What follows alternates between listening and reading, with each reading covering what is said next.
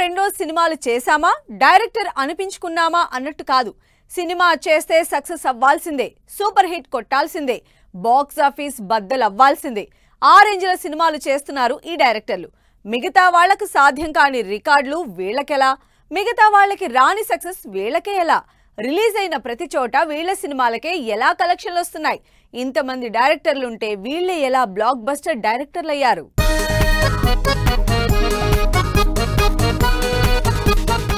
డైరెక్టర్లంటే అలాంటి ఇలాంటి డైరెక్టర్లు కాకుండా బ్లాక్ బస్టర్ డైరెక్టర్లు అనిపించుకుంటున్నారు. అందుకే పాన్ ఇండియా వైడ్ గా ఎంతమంది డైరెక్టర్లున్నా ఈ 10 మంది మాత్రమే సక్సెస్ఫుల్ అనిపించుకుంటున్నారు. సినిమాలపై ఫుల్ బజ్ క్రియేట్ అయ్యేలా సినిమాలు చేస్తున్నారు. రిలీజ్ అయ్యాక ఓపెనింగ్స్ తో రికార్డులు క్రియేట్ చేస్తున్నారు. బాక్స్ ఆఫీస్ దగ్గర కలెక్షన్ల దుమ్ము రేపుతున్నారు మన సౌత్ డైరెక్టర్లు. బ్లాక్ బస్టర్ డైరెక్టర్లలో ఫస్ట్ ప్లేస్ అంటే అన్డౌటెడ్లీ రాజమౌళిదే అంటారు Indian cinema lovers. Rajamouli Indian సినిమాకి పరిచయం అక్కర్లేని పేరు. సినిమాని పాన్ ఇండియా వైడ్ ఆడియన్స్ కి పరిచయం చేయడమే కాదు, ఆ రేంజ్ మార్కెట్ ని క్రియేట్ చేసి కలెక్షన్లు కూడా రాబడుతుందని బోల్డ్ మూవ్ చేసిన డైరెక్టర్. బాహుబలితో మొదలైన Rajamouli pan India craze Oscar అందుకుని RRR తో పీక్స్ కు చేరింది.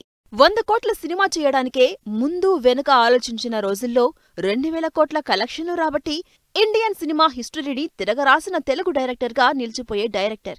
బాహుబలి తర్వాత రాజమౌళి చేసిన RRR 1200 కోట్ల కలెక్షన్స్ తో మరో రికార్డ్ సెట్ చేసింది.